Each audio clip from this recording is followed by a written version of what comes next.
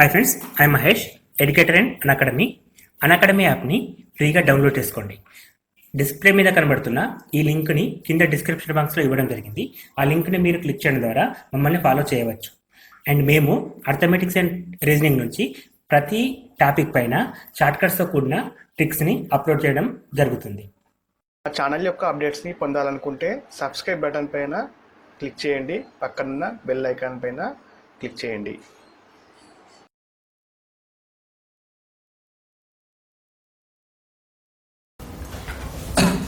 ఏదైనా వాల్యూలో 10% find out చేయాలంటే 10% find out చేయాలంటే ఇంటూ 1/10 చేస్తే సరిపోతుంది. సో ఇది ఆల్రెడీ లాస్ట్ క్లాస్లో ఎక్స్ప్లెయిన్ చేసాం. మళ్ళీ ఒకసారి చూడండి, జస్ట్ షార్ట్ రివ్యూ.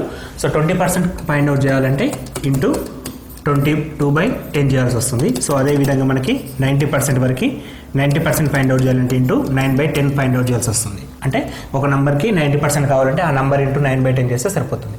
అదేవిధంగా 25% ఫైండ్ అవుట్ చేయాలంటే ఇంటూ 1/4 చేస్తే సరిపోతుందండి. అండ్ 50% ఫైండ్ అవుట్ చేయాలంటే ఇంటూ 1/2 చేస్తే సరిపోతుంది. 75% ఫైండ్ అవుట్ చేయాలంటే ఇంటూ 3/4 చేస్తే సరిపోతుంది. వీటితో పాటు మనకి ఇంకొన్ని అడిషనల్గా అవసరం. 12.5 అంటాం. 12.5% ఫైండ్ అవుట్ చేయాలంటే ఆ నెంబర్ని ఇంటూ 1/8 చేస్తే చాలు. ఎందుకంటే 12.5 అనేది 100లో 1/8 పార్ట్. దీనికి 12.5 యాడ్ చేస్తే 25 వస్తుంది. 25% ఫైండ్ అవుట్ చేయాలంటే 2/8 అండి, విచ్ ఈజ్ ఈక్వల్ టు 1/4. ఇంతకుముందుకు రాసుకున్నాము. అదేవిధంగా నెక్స్ట్ ఇంకో 12.5 యాడ్ చేస్తే 37.5 వస్తుంది. సో దీనికి మనం 3/8 చేస్తాం. ఇంకొక 12.5 యాడ్ చేస్తే 50% వస్తుంది, విచ్ ఈజ్ ఈక్వల్ టు 4/8. ఒకసారి గమనించండి, 1/8, 2/8, 3/8, 4/8, which is equal to 1/2. Next 62.5 అంటే 5/8 చేస్తే సరిపోతుంది. అండ్ 75% అంటే 6/8, విచ్ మీన్స్ 3/4. సో ఈ వాల్యూస్ అనేది ఇక్కడ నుంచి రావడం జరుగుతుంది. 1/4, 1/2, 3/4. అండ్ లాస్ట్ వన్ వచ్చేసి 87.5 ఫైండ్ అవుట్ చేయాలంటే 7/8 చేస్తే సరిపోతుంది. సో ఇట్లా కొన్ని షార్ట్ కట్స్ మనకు అవసరం వస్తాయి. వీటితో పాటు అడిషనల్గా ఇంకొక 3 టాపిక్స్ అండి, లైక్ 33.33 ఆర్ 33 1/3% ఫైండ్ అవుట్ చేయాలంటే ఇంటూ 1/3 చేస్తే సరిపోతుంది. ఇంటూ 1/3. 66 2/3 అంటాం, లేదా 66.66 అంటాం. దానికి ఇంటూ 2/3 చేయాల్సి వస్తుంది. వాటితో పాటు 11 1/9 అంటే 1/9 చేయాల్సి వస్తుంది. 9 1/11 అంటే ఇంటూ 1/11 చేయాల్సి వస్తుంది. సో ఈ విధంగా మనకి కొన్ని పర్సెంటేజ్ అవసరం వస్తాయి. ఇవి ఆల్రెడీ లాస్ట్ క్లాస్లో డిస్కస్ చేసాను. షార్ట్ రివ్యూ అండి. ఇవి ఎంత బాగా గుర్తుకుంటే నెక్స్ట్ టాపిక్స్ అంత ఈజీ ఉంటుంది. సో ఇవి గుర్తుంచుకోవడానికి ట్రై చేయండి. వీటి తర్వాత ఇప్పుడు ఎగ్జాంపుల్ చూద్దాం. సో ఈ ఎగ్జాంపుల్స్ అనేవి కొంచెం హైయర్ లెవెల్ నుంచి ఆల్ మెథడ్స్ కవర్ చేస్తూ ఎగ్జాంపుల్స్ ఉన్నాయి. ఫర్ ఎగ్జాంపుల్ ఇక్కడ క్వశ్చన్ నెంబర్ 1. ఒక పరీక్షలో ఏ అనే విద్యార్థికి 38 మార్కులు పొంది పాస్ మార్కుల కంటే 15 మార్కులు ఎక్కువగా పొందెను. అదే పరీక్షలో బి అనే విద్యార్థి 42 మార్కులు పొంది పాస్ మార్కుల కంటే 39 మార్కులు ఎక్కువగా పొందాను. అయినా మొత్తం మార్కులు ఎన్ని? సో ఒక ఎగ్జామ్లో ఏ అనే క్యాండిడేట్కి 38% ఆఫ్ మార్క్స్ వచ్చాయి. తను పాస్ అయ్యిండు, అంతకంటే ఎక్కువ 15 మార్కులు ఎక్కువ వచ్చినాయి. అంటే పాస్ కంటే ఎక్కువ మార్కులు ఎక్కువ వచ్చాయి. సో పాస్ పర్సెంటేజ్ ఎంతో తెలియదు, as well as pass marks కూడా ఎంతో తెలియదు. అదే పరీక్షలో బి అనే విద్యార్థికి 42% మార్కులు వచ్చినాయి. పాస్ మార్కుల కంటే 39 మార్కులు ఎక్కువ వచ్చినాయి. సో ఇక్కడ కూడా మళ్ళీ పాస్ పర్సెంటేజ్ తెలియదు, పాస్ మార్కు తెలియదు. ఏదో ఒకటి తెలిసి మనం చేయొచ్చు. సో ఇక్కడ మనకి ఈవెన్ 38% ఈక్వల్ టు ఎన్ని మార్కులు వచ్చినాయని చెప్పినా కూడా మొత్తం మార్కులు ఫైండ్ అవుట్ చేయొచ్చు. సో ఈ విధంగా ఏమైనప్పుడు మనం ఏం చేస్తామంటే ఈ ఇద్దరి మధ్య తేడా అంటే బి మైనస్ ఏ చేసినప్పుడు మనకి 42 మైనస్ 38%, 42% మైనస్ 38% ఈక్వల్ టు 4% అండి.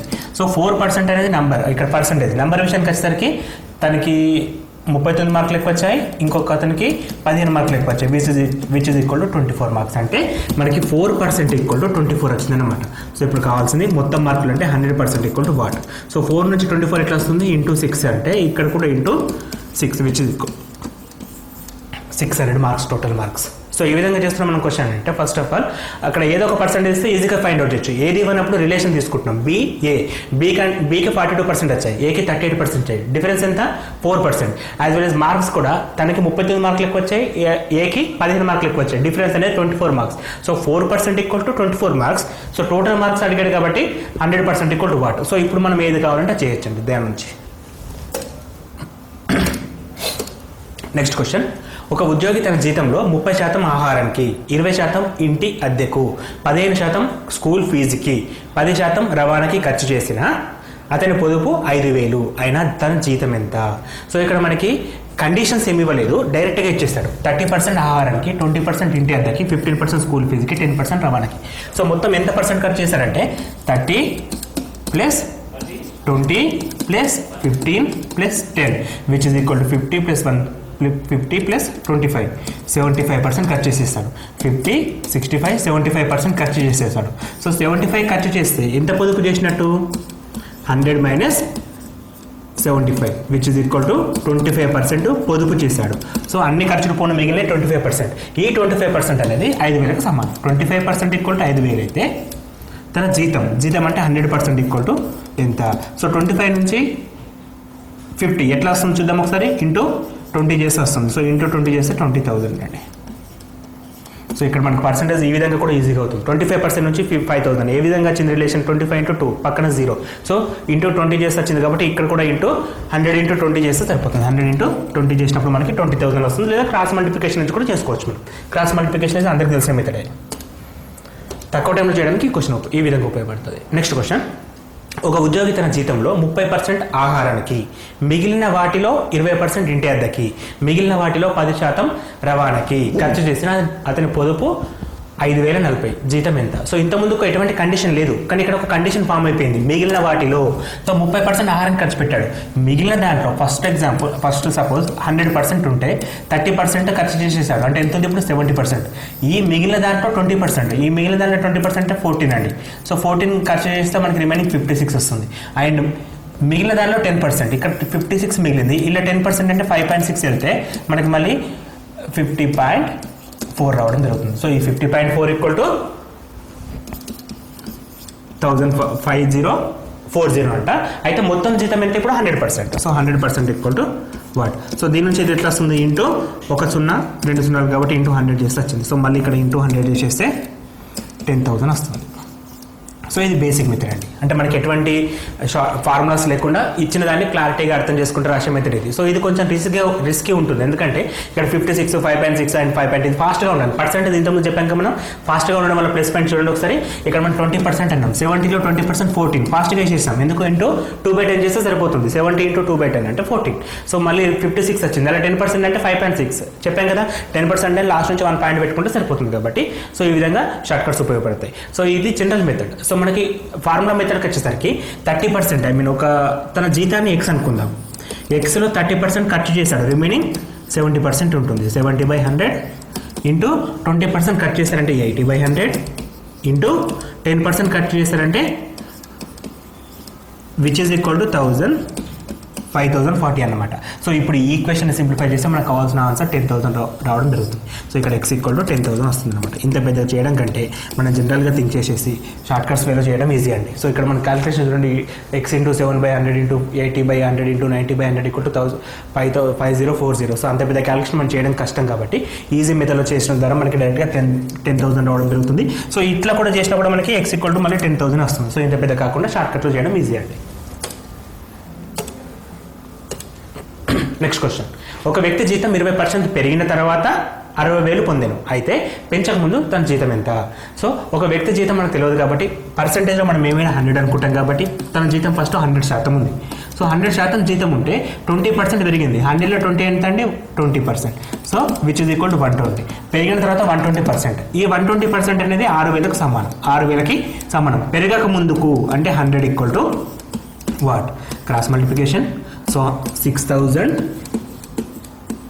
ఇంటూ 100/120. 6 1 6 2 0 0 అంటే 100/2 అంటే 50. సో పెరగక ముందుకు 5,000 రూపాయలు వచ్చాయన్నమాట. 50 ఇంటూ 100 5,000. సో పెరగక ముందుకు దాని జీతం ఎంత? 5,000 రూపాయలు. అంటే 120 ఈక్వల్ టు 60 అంటే 100 ఈక్వల్ టు 5,000. సో మనకి నెంబర్స్ కొంచెం స్పీడప్ ఉంటే ఫాస్ట్గా కూడా చేయొచ్చు. సో ఇక్కడ క్వశ్చన్ చూడండి ఒకసారి. ప్రతిసారి కూడా చిన్న చిన్న క్వశ్చన్స్ నుంచి స్టార్ట్ అవుతున్నాయి. డిఫరెంట్ మెథడ్స్ అండి. ఈచ్ వన్ కూడా different method. So next method వచ్చేసి ఏ జీతం బి జీతం కంటే 20% తక్కువ అయినా బి జీతం ఏ జీతం కంటే ఎంత శాతం ఎక్కువ? సో ఒకసారి క్వశ్చన్ గమనించండి. ఏ జీతం బి జీతానికి relation, as well as B జీతానికి ఏ జీతానికి రిలేషన్. ఒక చిన్న నెంబర్ అండి. ఇక్కడ పర్సెంటేజ్ నెంబర్ చాలా డిఫరెంట్. సో పర్సెంటేజ్ కాకుండా నెంబర్ తీసుకుంటే ఏ జీతం బి జీతం కంటే 100 రూపాయలు తక్కువ, అప్పుడు బి జీతం ఏ జీతం కంటే 100 రూపాయలు ఎక్కువ అని చెప్పి రాస్తాం. ఎందుకంటే సపోజ్ ఈయనది 1000 రూపీస్ అయితే ఈయనది 1100 రూపీస్ ఉంటుంది. అఫ్కోర్స్ మళ్ళీ తక్కువ ఎక్కువ కాబట్టి సేమ్ ఉంటుంది. అది ఎప్పుడు? అది నంబర్ ఇచ్చినప్పుడు. కానీ పర్సంటేజ్ నెంబర్ చాలా డిఫరెంట్గా ఉంటుంది. సో పర్సంటేజ్ నంబర్ లెక్క మనం అఫ్కోర్స్ ఇక్కడ 20% తక్కువ కాబట్టి మళ్ళీ ఇక్కడ ఏ జీతం 20% తక్కువ ఇచ్చాడు కాబట్టి బి జీతం 20% ఎక్కువ అంటే తప్పండి. ఎందుకంటే శాతాలు నంబర్స్ ఎప్పుడు సమానం కావు. శాతాలు నంబర్స్ ఎప్పుడు కూడా సమానం కావు కాబట్టి యాక్చువల్గా శాతం ఎట్లా వస్తుందో చూద్దాం ఒకసారి. సపోజ్ ఏ జీతం 100 రూపీస్ అనుకుంటే ఏ జీతం బే జీతం కన్నా 20% తక్కువ. సో బే జీతం 100 అనుకుంటాం. ఎందుకంటే ఇక్కడ కంపారిజన్ చేయండి ఒకసారి. ఫస్ట్ బీ తోటి కంపారిజన్ కాబట్టి బీది 100 అయితే ఏది ఎంత అవుతుంది 20% తక్కువ -20% విచ్ ఇస్ ఈక్వల్ టు 80 వస్తుంది. సో ఈయనది 80. సో ఇప్పుడు ఇక్కడ నుంచి ఇక్కడికి ఎంత పెరిగినట్టు 25% పెరుగుతుంది. ఎందుకు 20 పెరిగింది. 20 అంటే 80లో 20% ఎంత 25% ఎక్కువ అనమాట. అంటే ఏ కంటే బీకి ఎంత శాతం ఎక్కువ 25% ఎక్కువ. అంటే ఆయన కంటే ఆయనకు 20% తక్కువ ఉంటే ఈయన కంటే ఆయనకి 25% ఎక్కువ ఉన్నట్టు దాని మీనింగ్. సో ఇక్కడ మనకి నంబర్ పర్సెంటేజ్ ఎప్పుడు సమానం కాదు. సో ఇదంతా కన్ఫ్యూజన్ మనకు అవసరం లేదండి. జస్ట్ ఎగ్జామ్లో క్వశ్చన్ ఇస్తాడు, ఆన్సర్ చేస్తే సరిపోతుంది. అది నంబర్ ఎక్కువనా తక్కువనా తర్వాత విషయం. సో సింపుల్గా చేయడానికి ట్రిక్ ఏంటంటే ఇప్పుడు ఈ క్వశ్చన్లో మనకి ఒకటే పర్సెంటేజ్ కనబడుతుంది. అది ఎక్కువ తక్కువ అనే క్వశ్చన్ వచ్చినప్పుడు పెరిగినా తగ్గిన ఎక్కువ తక్కువ అనే క్వశ్చన్స్ వచ్చినప్పుడు మనకి క్వశ్చన్లో ఒక పర్సెంటేజ్ ఉంటుంది. ఎంత ఉంది ఇక్కడ పర్సెంటేజ్ 20 అని ఉంది. సో 20 ఫస్ట్ రాసుకోండి. దాని తర్వాత 20 తక్కువ అని ఇచ్చాడు. తక్కువ అంటే 100 - 20 100 - 20 80 ఇంటూ 100 పెట్టేసేయండి. 20 1s 24s 4 1s 4 25s. So సింపుల్గా మనకి 25% వస్తుంది. అంటే మనం ఏం చేస్తున్నాం ఫస్ట్ ఎక్స్ తీసుకుంటున్నాం. తక్కువ అంటే 100 - ఎక్స్ చేస్తాం. అంటే ఇప్పుడు మనం 100 - 20 80 అని చెప్పి రాసాం ఇంటూ 100 అంటాం. అంటే ఇది ఎప్పుడు తక్కువ కేసు. మరి ఎక్కువ కేసు ఆర్ పెరిగిన కేసు ఎంత x/100 + x వస్తుంది ఇంటూ 100 వస్తుంది. సో ఇది మనకు పెరిగిన కేసు, ఇది తగ్గిన కేసు వచ్చేస్తుంది. సో రెండు కేసెస్ ఉంటాయి మనకి. ఫస్ట్ తగ్గిన కేసు x/100 - x ఇంటూ 100. అంటే క్వశ్చన్లో ఒక పర్సెంటేజ్ ఉంటుంది. తగ్గిన పెరిగిన అని చెప్పి విలువలు ఇస్తాడు కాబట్టి అటువంటి క్వశ్చన్ సాల్వ్ చేయాలంటే మనకి ఫస్ట్ x/100 - x తగ్గితే, పెరిగితే x/100 + x పెరిగినప్పుడు. సో ఈ విధంగా చూస్తాం. Next question. ఒక వస్తువు ధర 25% పెరిగినా మొదటి ధరకి చేరుకోవాలన్నా ఎంత శాతం తగ్గాలి? సేమ్ క్వశ్చన్ ఇంతకుముందు చెప్పిన విధంగానే ఇక్కడ ఏమంటుండు మొత్తం క్వశ్చన్లో ఒక పర్సెంటేజ్. ఒకసారి పెరిగివు తగ్గుడు టాపిక్ వచ్చినప్పుడు మనం ఇంతకుముందు ఫార్ములా వాడచ్చు డైరెక్ట్గా. ఫార్ములా ఏంటి? ఫార్ములా పక్కకు పెట్టేస్తే మనకి ఇచ్చిన వాల్యూ 25% ఫస్ట్ రాసుకోవాలి. పెరిగింది అంటే 100 + 25 125 ఇంటూ 100 మనకు కావాల్సిన ఆన్సర్ వచ్చేస్తుంది. 25 5s 5 1s 5 20s. So remaining 20%. So మనకి ఇక్కడ ఏం చేస్తున్నామంటే పెరగడం తరగడం, ఎక్కువ తక్కువ అనే కాన్సెప్ట్ వచ్చినప్పుడు ఎక్కువ అంటే 100 + x కింద, తక్కువ అంటే 100 - x కింద. సో x/100 + x ఒకసారి తీసుకోవాలి, తగ్గితే 100 - x తీసుకోవాలి. సో క్వశ్చన్ అనేది డిపెండింగ్ అని ఫస్ట్ వాడండి. ఇక్కడ క్వశ్చన్ స్టార్ట్ అయ్యేటప్పుడు పర్సెంటేజ్ తర్వాత ఈ పెరిగిన తగ్గిన చూస్తాం. అఫ్కోర్స్ ఇక్కడ కూడా తగ్గడం అనేది ఉంటుంది. దీన్ని కన్సిడర్ చేయొద్దు. మనం ఏం కన్సిడర్ చేయాలి? క్వశ్చన్ స్టార్ట్ అయిన తర్వాత ఫస్ట్ పర్సెంటేజ్ వచ్చిన తర్వాత దాని పక్కన పెరిగినా అంటే 100 + x తీసుకోవాలి, తగ్గితే 100 - x తీసుకోవాలి. సో అది ఇంపార్టెంట్. Next question. ఏ జీతం 10% పెరిగిన తర్వాత 10% పెరిగిన తర్వాత 10% తగ్గిన. ఏ జీతం 10% పెరిగిన తర్వాత 10% తగ్గిన అయినా తన జీతంలో మార్పు ఏంటి? సో ఇది ఒక క్వశ్చన్ అండి, ఇది వేరే క్వశ్చన్. ఇక్కడ నెక్స్ట్ క్వశ్చన్ అనమాట. సో ఏ జీతం 10% పెరిగింది, వెంటనే 10% తగ్గింది, ఆయన జీతంలో మార్పు ఏంటి? సో ఇంతకుముందు లెక్కనే 10% పెంచిండు, అఫ్కోర్స్ 10% తగ్గించిండు, తేడా ఏముంటుంది? ఏముండదు అని చెప్పి అనుకుంటే తప్పండి. అదే 100 రూపాయలు పెంచి 100 రూపాయలు తగ్గిస్తే మార్పు ఉండదు. కానీ పర్సెంటేజ్ వేరు, నంబర్ వేరు. సో నంబర్ గురించి మాట్లాడు. ఫర్ ఎగ్జాంపుల్ తీసుకుందాం, 1000 రూపీస్ ఉంది, 10% పెంచేసిండు. 10% వేస్తే 1000లో 10% 100 పెరిగితే 1100 అయింది. మళ్ళీ ఏం చేసిండు? 10% తగ్గించిండు, 10% తగ్గించిండు. 1100 10% ఎంత? 110. సో 1100 - 110 చేస్తే 990 వస్తుంది. ఫస్ట్ ఎంత ఉండే? 1000 రూపాయలు ఉండే, ఇప్పుడు ఏమైంది? 990 అయింది. డిఫరెన్స్ ఏమైంది? 10 రూపాయలు తగ్గింది ఇక్కడ. సో 10 రూపాయలు అనేది ఎంత పర్సెంటేజ్ అండి? 1000లో 1% తగ్గింది, 1% తగ్గింది. మొత్తం ఓవరాల్గా 1% తగ్గడం జరిగింది. సో ఇప్పుడు చూడండి ఒకసారి, అదే 1000 రూపాయలు పెంచేస్తే అతను 1000 రూపీస్ ఉందనుకుందాం, 100 రూపీస్ వేస్తే 1100, 100 రూపీస్ తగ్గిస్తే 100 రూపీస్, మళ్ళీ 1000 రూపీస్ వస్తుంది. కానీ పర్సెంటేజ్ విషయానికి వచ్చేసరికి డిఫరెంట్ అయిపోతుంది. సో ఈ క్వశ్చన్ ఏంటి? 2% కనపడుతున్నాయి, 2% కనబడుతున్నాయి. ఇంతకుముందు క్వశ్చన్ ఏంటి? ఒకటే పర్సెంటేజ్ కనబడ్డప్పుడు x/100 ± x into x/100 ± x into 100 చేస్తాం. ఇక్కడ మనకి 2% కనబడతాయి. మరి దీనికి ఏ విధంగా చేయాలంటే సింపుల్ ఫార్ములా అండి. ఇది అన్నిటికీ ఉపయోగపడుతుంది. ఎక్కడెక్కడ ఉపయోగపడుతుంది అంటే దీర్ఘచతురం, చతురస్రాల విషయాలు కూడా ఉపయోగపడుతుంది. ఆ ఫార్ములా వచ్చేసి x + y ± xy by 100. So x అంటే ఫస్ట్ క్వాంటిటీ, y అంటే సెకండ్ క్వాంటిటీ. సో ఎప్పుడైతే పెరిగినా అంటే మనం ప్లస్ తీసుకుంటాం, పెరిగినా అంటే ప్లస్ తీసుకుంటాం, పెరగడం ఎక్కువ అంటే ప్లస్ తీసుకుంటాం, తగ్గినా అంటే మైనస్ సింబల్ పెట్టేస్తాం. సో ఇక్కడ చూడండి ఒకసారి, ఫస్ట్ ఎక్స్కి పెరిగింది అంటే +10, తర్వాత వైకి తగ్గింది, y శాతం తగ్గింది కాబట్టి -10. ఇక్కడ ప్లస్ ఆర్ మైనస్ ఉంది కదా, ఈ సింబల్ అనేది ఈ ప్లస్ ఇంటూ ప్లస్ పైన డిపెండ్ అవుతుంది. ఇక్కడ ఏముంది, ఇక్కడ ప్లస్ ఉంది, ఇక్కడ మైనస్ ఉంది. ఇక్కడ ఏం లేకపోతే ప్లస్ కదా, ప్లస్ ఇంటూ మైనస్ ఏమొస్తుంది, మైనస్ వస్తుంది. ఇక్కడ సింబల్ అనేది ఇక్కడ నుంచి డిపెండ్ అవుతుంది. Plus into minus minus, X అంటే 10 అండి, అగైన్ y అంటే 10/100. +10 -10 గెట్ క్యాన్సల్, రిమైనింగ్ -100/100 అంటే 1 అండి, -1. సో 1% చేంజ్ అండి, మార్పు, ఈ మైనస్ తగ్గుదల.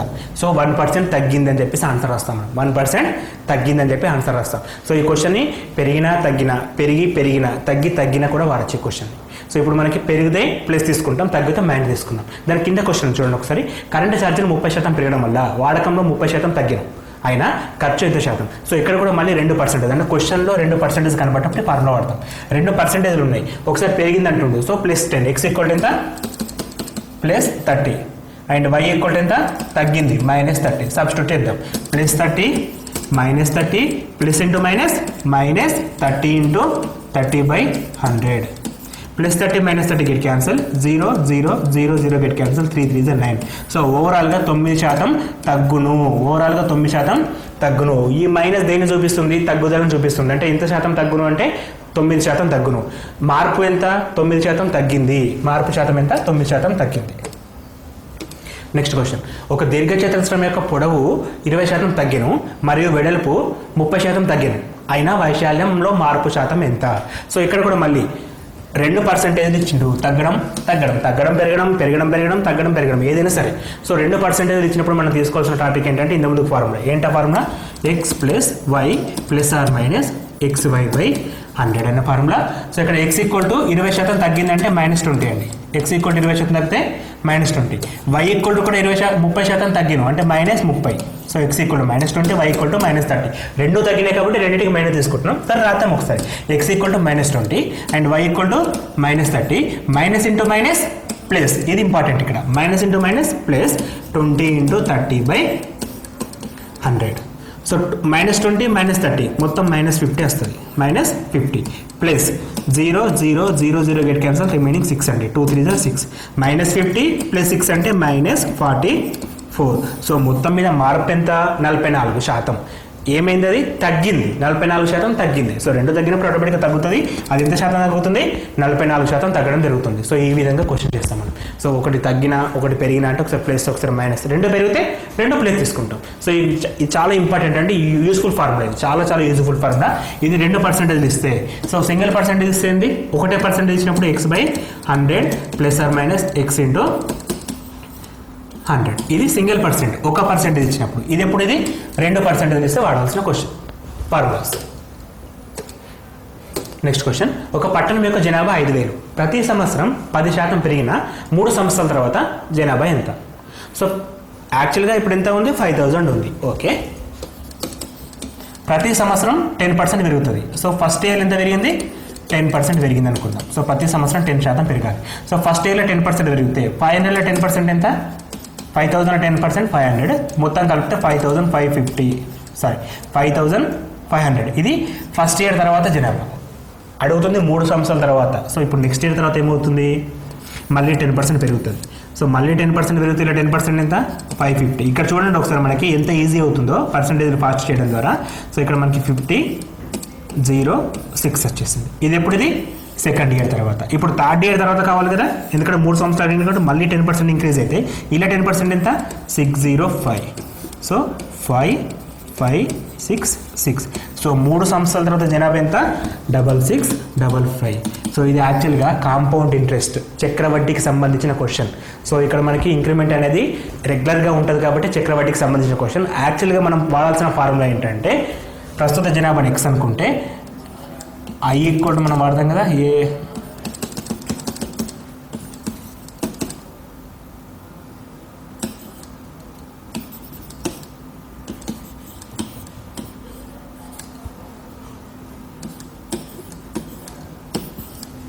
So I equal to P చూసిన ఫార్ములాస్ కూడా గుర్తుకుంటాయి, అందుకే ఫార్ములాస్ కంటే డైరెక్ట్గా చేయడం ఇది 1 ప్లస్ P బై సారీ ఈ ఫార్ములా నాకు రాదండి, ఆ ఫార్ములాస్ రావడం కూడా బెస్ట్. అందుకే మనకి చక్రవడ్డీకైనా బారవడ్డీకైనా ఫార్ములా లేకుండా చేయడం ఈజీ. సో ఈ విధంగా ఫార్ములాస్ గుర్తుపెట్టుకుంటేనే కన్ఫ్యూజ్ వస్తుంది. ఆ ఫార్ములా ఇప్పుడు చిన్నప్పుడు చదివాం, అది మళ్ళీ గుర్తుకుండదు, ఎగ్జామ్లో అక్కడ కన్ఫ్యూజ్ అవుతాం. సో ఆ ఫార్ములా మనకి ఏమద్దు, జనరల్ మెథడ్ చేస్తే సరిపోతుంది. జనరల్ మెథడ్ ఏంటి 10% పెంచిండు, 10% పెంచిండు, 10% పెంచిండు, సో సరిపోయింది. సో ఈ విధంగా చేయడం ద్వారా ఈజీ అయిపోతుంది. నెక్స్ట్ క్వశ్చన్, ఒక పట్టణం యొక్క జనాభా 8,000, పురుషులు 12%, స్త్రీలు 8% పెరిగిన ప్రస్తుత జనాభా 8,840, అయినా మొదట ఉన్న స్త్రీలు అందరూ. ఓకే, ఫస్ట్ జనాభా ఎంత ఉంది? 8,000 ఉంది. ఇలా పురుషులు స్త్రీల నిష్పత్తి వాడు ఇవ్వలేదు, కాకపోతే పురుషులు 12% పెరిగిర్రు, స్త్రీలు 8% పెరిగిర్రు అని చెప్పి ఇచ్చాడు. సో ప్రస్తుతం మొదట ఉన్న స్త్రీలు ఎంతమంది అని అడుగుతున్నాడు. సో ఫస్ట్ ఎంతమంది స్త్రీలు మనకి ఎట్లా తెలుస్తుంది? పర్సెంటేజ్ తెలిస్తే తెలియవచ్చు. సో పర్సెంటేజ్ ఇచ్చిండా, రేషియో ఇచ్చినా ఫైండ్ అవుట్ చేయొచ్చు. రేషియో ఇవ్వలేదు, పర్సెంటేజ్ ఇవ్వలేదు. సో ఇప్పుడు ఇటువంటి క్వశ్చన్స్ ఏ విధంగా చేయాలంటే, మొత్తం పెరిగిన తర్వాత ప్రస్తుత జనాభా ఇచ్చాడు, పెరిగిన తర్వాత జనాభా ఎంత ఉంది ఇప్పుడు? 8,840. సో ఫస్ట్ ఎంత ఉండే? 8,000. 8,840 మైనస్ 8,000 చేస్తే ఎంతమంది పెరిగినట్టు? మనకి 840 మంది పెరిగారు. ఈ 840 అనేది 8,000 ఎంత శాతం తెలుసుకోండి. ఫస్ట్ 800 ఉంది, 800 అంటే 10% ప్లస్ 40 ఉంది, 40 అంటే 80లో హాఫ్ కాబట్టి 5%, విచ్ ఈజ్ ఈక్వల్ టు 1% అంటే 1% సగం అంటే 0.5%. సో 10.5%. సో మొత్తం ఎంత ఇంక్రీజ్ అయ్యారు? 10.5%. అదర్వైజ్ మీరు ఇట్లా కూడా చేసుకోవచ్చు. 840/8,000 into 100, 0000 get cancel, 00 get cancel, 8 1 8 10 plus 0.5.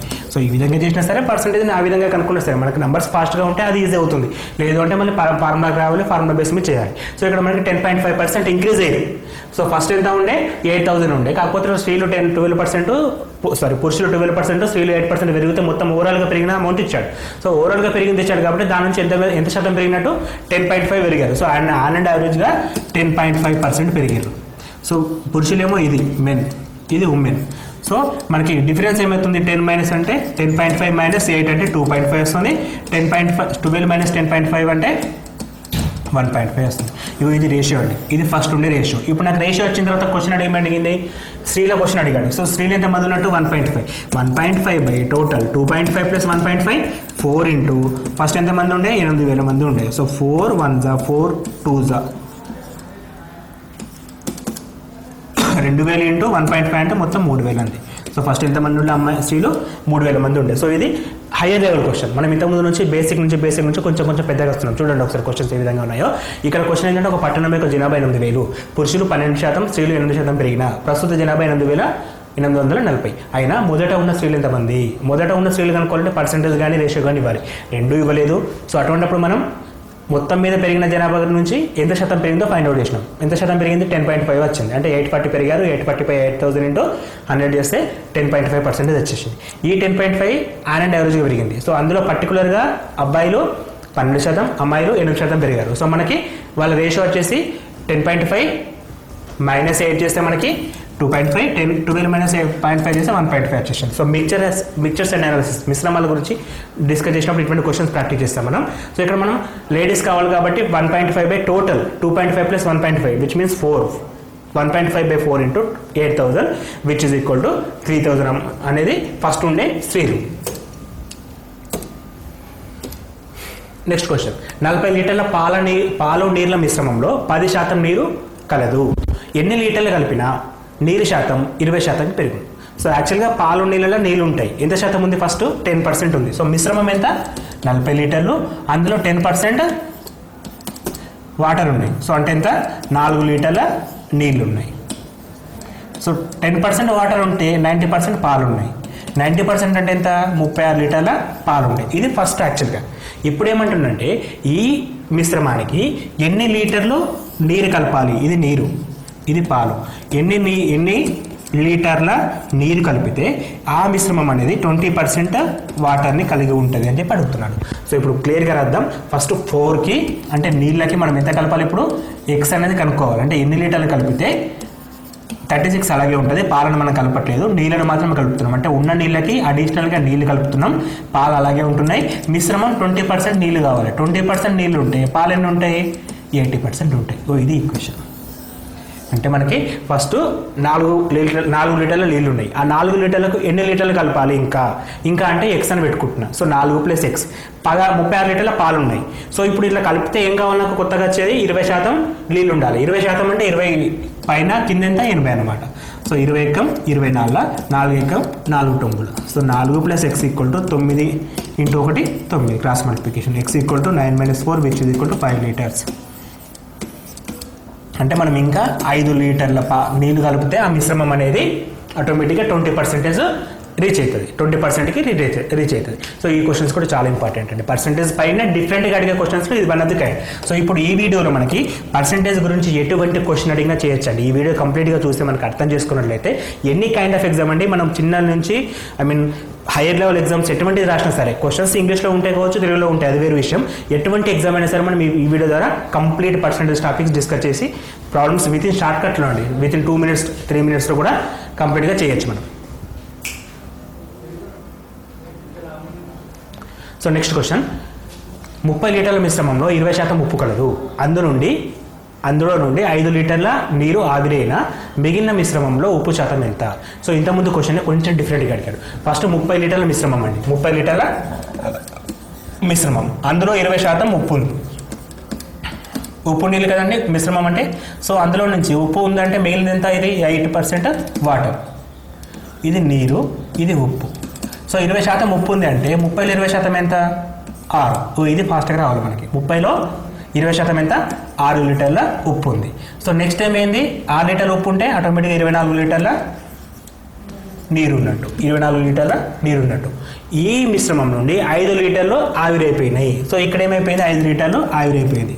ఉప్పు పోలేదు, వాటర్ మాత్రం పోయినాయి.